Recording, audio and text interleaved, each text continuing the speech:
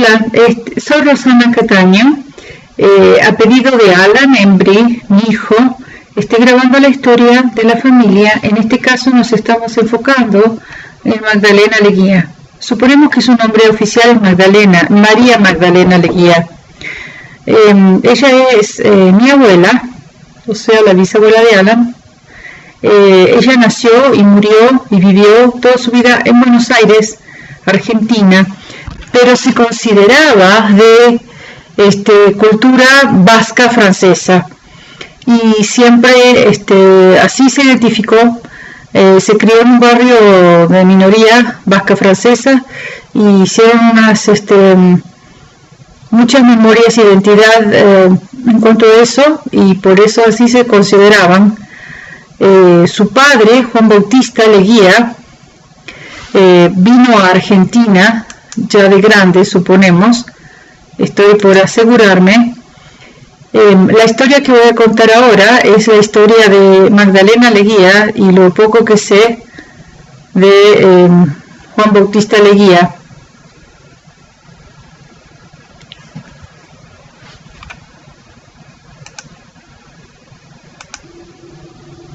Lo que sé que Juan Bautista Leguía, su padre, aquí está, vino a Argentina joven. Lo que nunca supe si él vino solo o vino con su familia primero, su padre. Yo sé que su padre eventualmente llegó a Buenos Aires y murió en Buenos Aires. Mi pregunta es que si Juan Bautista Leguía vino primero y después o trajo a su padre cuando él se vino. Tampoco sé si la madre, María Josefa Antonia de Amestoy, llegó a Buenos Aires o murió en Navarra, donde habían nacido, en el País Vasco. Yo lo único que sé que en el censo de 1895 sale Juan Felipe Leguía, en el censo sale con su hijo, sale que tenía ya 78 años de edad y estaba viudo, pero no dice más nada de sus vidas. Y esto ha sido mi intriga. Hasta ahora nunca puedo encontrar una defunción de María Josefa Antonia Mestoy. Bueno, pero volviendo a Magdalena Leguía, que es la persona de enfoque hoy, quería decir que ella fue mi abuela, que la conocí, que era una mujer muy elegante, por lo que dice la gente, que era muy fina, era muy blanca, y como dije antes, se creía de la colonia vasca francesa, aunque nació, creó y vivió y murió en Buenos Aires.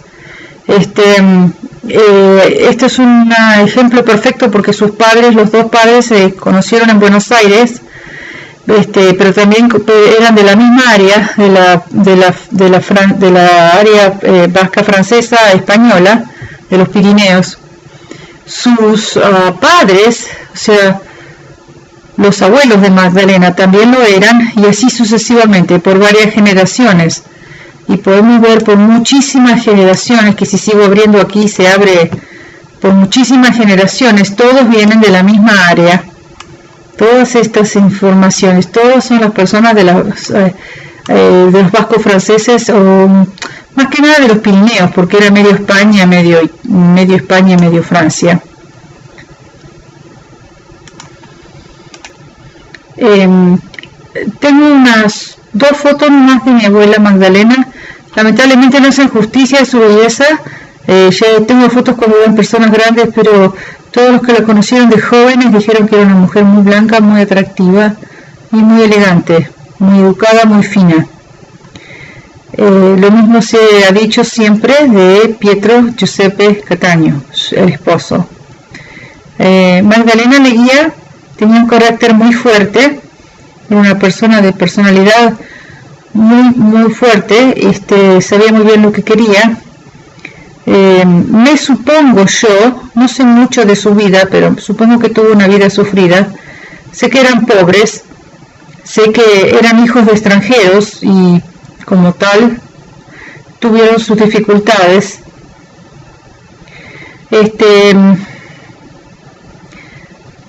Yo conocí a mi abuela, ya estaba internada como en un geriátrico, y ella había sido internada porque tenía una infección en las piernas, como en los huesos, y debido a esa infección se había debilitado tanto sus caderas y sus piernas que ya no podía caminar.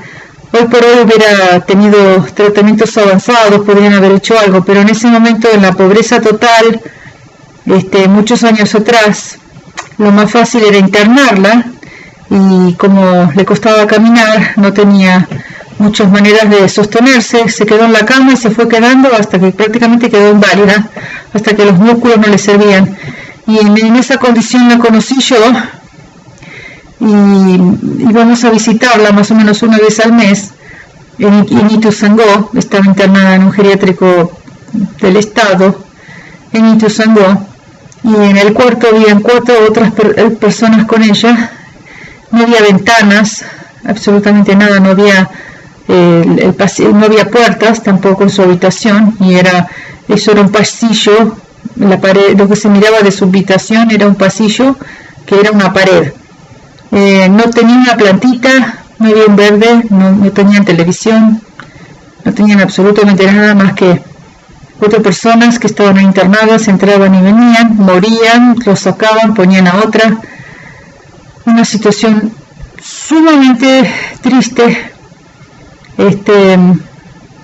Las enfermeras casi no las cuidaban, entonces una de las personas que estaba internada ahí, que estaba internada no por necesidad física, sino porque no tenía familia, ella caminaba, andaba bien, entonces esa otra internada, su compañera de cuarto, la cuidaba, y entonces mi papá le daba un sueldo pequeño a esa señora por cuidar a mi abuela, que prácticamente era la enfermera privada de mi abuela, y hacía los trabajos más desagradables, tener que ponerle la chata para que vaya al baño en la cama, limpiarla, bañarla, alcanzarle la comida y todas las cosas que necesitaba. Y esta señora atendía a varias otras personas en esa condición. Si no hubiera sido por esa gran mujer que hizo ese trabajo, mi abuela hubiera sufrido, hubiera pasado una vida mucho más triste y más privada, porque las enfermeras eran muy escasas y no atendían demasiado a la gente. Y eso era todo, me imagino que era porque era una institución del gobierno. Es así que yo era chica y íbamos a visitarla a la abuela, pero me acuerdo que un día mi abuela falleció muchos años antes que ella, pero de vez en cuando íbamos todavía en gratitud a visitar a esta señora que cuidó a mi abuela, que no tenía familiar de ningún tipo. Y después un día fuimos y nos enteramos que ya había fallecido, y no sabían avisarnos.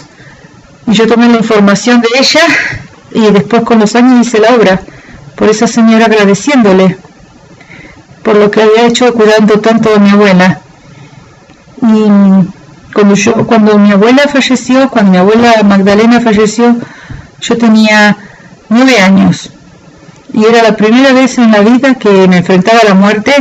No tenía ninguna educación, ni ninguna preparación, ni ninguna base de lo que era perder a un familiar. Fue muy fuerte, muy feo, porque no sabía la que me esperaba, no sabía cómo reaccionar.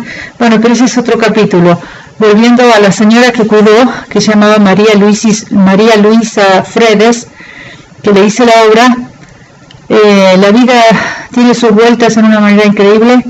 Ya estando aquí en Estados Unidos, en Utah, conozco a un señor que nos juntamos para hacer una obra de ayudar a personas. Estábamos haciendo una reunión argentina para juntar dinero para ayudar a unos niños, y este hombre yo lo veía tan conocido y siempre le decía por su nombre Lucho, y un día le digo su apellido Fredes, nos ponemos a hablar. Le digo, yo conocí a una señora Fredes muy agradecida, y le conté la historia y me dijo, no me digas, ¿cómo se llamaba? Le dije, María Luisa Fredes. Y él me dijo, no puede ser, esa es la tía mía que yo nunca supe dónde estaba, tía abuela que quedó desarraigada de la familia, la echaron, tuvo una vida muy triste. Me contó el resto de la historia, que era tremenda, de tristeza. Y dice, yo hice la obra por todas esas ramas, pero me faltaba ella y no tenía la información. y él estaba tan agradecido. Yo le dije, te la tengo en mis documentos, mis cosas, te digo el día, la hora, que yo misma hice la obra por esa señora. Y él estaba re agradecido. Viste lo que es la vida, ¿no? Tantos años después, encontrar un familiar de esa conexión, de esa mujer tan buena que cuidó a la abuela Magdalena.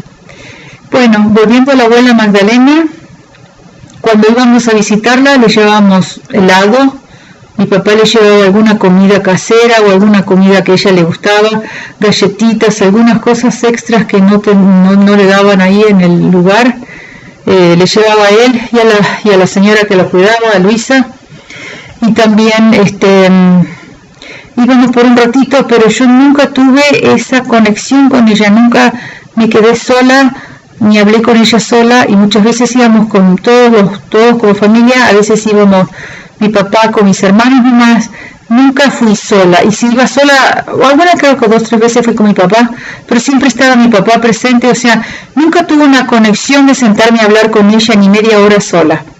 Entonces no la pude conocer, y yo me daba cuenta ahora que era chiquita, pero ahora me doy cuenta que tenía deseos de sentarse y hablar conmigo, pero nunca se dio esa oportunidad, y siempre íbamos por un ratito nomás, y era un viaje bastante largo, íbamos por muy poco tiempo, demasiado poco tiempo, y nunca la tuvimos con nosotros por una Navidad, ni un cumpleaños, ni ninguna fecha importante, y era porque mi papá decía que hubiera sido muy complicada la transportación, muy arriesgado, y tendrían que haber hecho muchas acomodaciones, y que si la traíamos para alguna fiesta a la casa, ella después no se iba a querer volver, iba a querer quedarse y que mi mamá la atienda.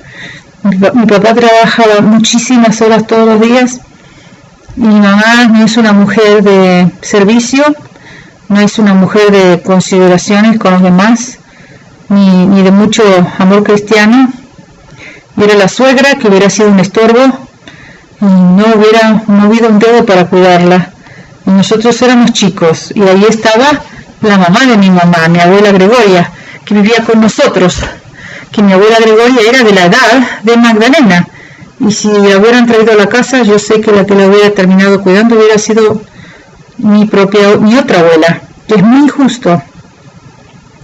Y bueno, ahora que estoy grande y medito, no puedo comprender la tristeza, la agonía de una vida tan larga de 20 años encerrada, donde nunca volvió a ver el sol, la luz del sol, jamás. Siempre estaba encerrada en un cuarto de 4 paredes blancas, sin cuadros, sin una ventana, sin ni siquiera el dibujo del mar, sin televisión, sin privacidad, en una cama ortopédica que no se podía ni subir ni bajar mucho, sin moverse, en la misma postura por 20 años, sin poder ir al baño, sin poder bañarse en una bañera normal, sin una vida muy triste, muy sufrida. Y así fueron los últimos 20 años de ella. O sea, en esa época no había teléfonos para avisarles que íbamos, simplemente le caíamos de sorpresa, y me imagino cuántas tardes habrá pasado ella mirando la ventana, el pasillo, esperando encontrar a alguien de su familia que la visite, y nadie había venido nunca llegaba la gente, nunca íbamos. Entonces yo ahora me pongo a analizar como adulta todas las situaciones, qué cosa tan triste. Y bueno, sabíamos que la muerte de ella iba a ser cuando la infección que tenía en los huesos y en las piernas le subiera y le atacara el corazón. Era casi como esperado. Ella tenía 72 años cuando murió, y murió exactamente así como dijeron los médicos, cuando se le subió la infección, y cuando empezó a subir rápidamente la infección y estaba muy contagiosa, la llevaron a una sala de reclutorio, donde la pusieron absolutamente aislada y sola, y nadie más volvió a entrar a verla. La mirábamos por un vidrio, pero ella no nos podía ver a nosotros, así que no sabía ni siquiera que tenía visitas, pero sí había una ventana, la pusieron al lado de una ventana, así que habrá visto algo de luz los últimos días de su vida, pero murió total y completamente sola. Y bueno, fue bastante triste todos sus últimos años.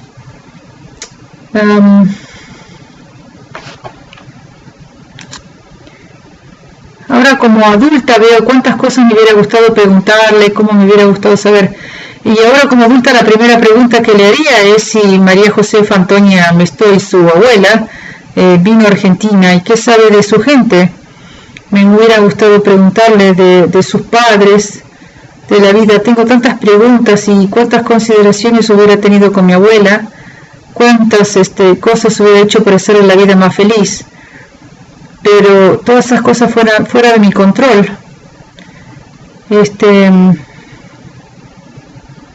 Me acuerdo perfectamente de su funeral. Me acuerdo perfectamente bien cuando pasaron los 5 o 7 años que ella estaba enterrada en la ley de Argentina, que hay que levantar los huesos. Yo fui sola con mi padre y levantaron la tumba y yo fui la que metí las manos adentro de la tumba y le saqué todos los huesos de ella, sin guantes, así nomás, escarbando, juntando todo, viendo que no le había faltado ningún hueso. Tendría 15 o 16 años cuando hice eso. Y lo pusimos en una cajita, bueno, después lo llevamos a la sala de cremación y lo pusimos en una caja junto con su esposo. Esas cosas que pasan en algunos países donde no dejan en el cementerio a la gente enterrada mucho tiempo, así es el proceso. Inmediatamente después que murió ella, se me aparecía en sueños, visiones muy reales, y me hablaba, me daba mensajes, la vi parada por primera vez y me asustó bastante, me impresionó bastante, como una nena de 9 años, sin ninguna preparación en cuanto a la muerte, pero como que me venía a hablar y me asustó bastante, y le pedí que no venga más, y después por muchísimos años en mi vida nunca más apareció, ni sentí su influencia, ni su presencia de la abuela Magdalena, hasta que mi hija Alexis tenía más o menos 15 años, entre 14 y 15 años, y estaba teniendo una etapa difícil y ahí sentí la presencia de la abuela Magdalena por primera vez en tantos años después. Ese es otro capítulo, otra experiencia para contar. Hay otras historias de ella, de su vida de joven, que no tengo espacio aquí para contarlas, y hay otras historias de ella en su matrimonio. Hay historias de ella con la familia de su esposo, la muerte prematura de Pietro Giuseppe, el sufrimiento de sus 3 hijos. Ella tuvo 4 hijos, una nena murió. Sus 3 hijos vivos estuvieron ahí, que pasándola muy mal, pasaron etapas muy duras, y son todas otras cantidad de historias para contar. Pero la abuela Magdalena me hubiera gustado conocerla más, me hubiera gustado saber más de ella. Eso es todo lo que yo sé, los recuerdos que tengo de ella, y son muy claritos, son muy vívidos. Sé que la reconocería al instante si la viera ahora. Y esa es la historia de ella, mucha personalidad, mucha personalidad. Entonces en otro recording voy a seguir grabando la historia de la abuela Magdalena Leguía. Gracias.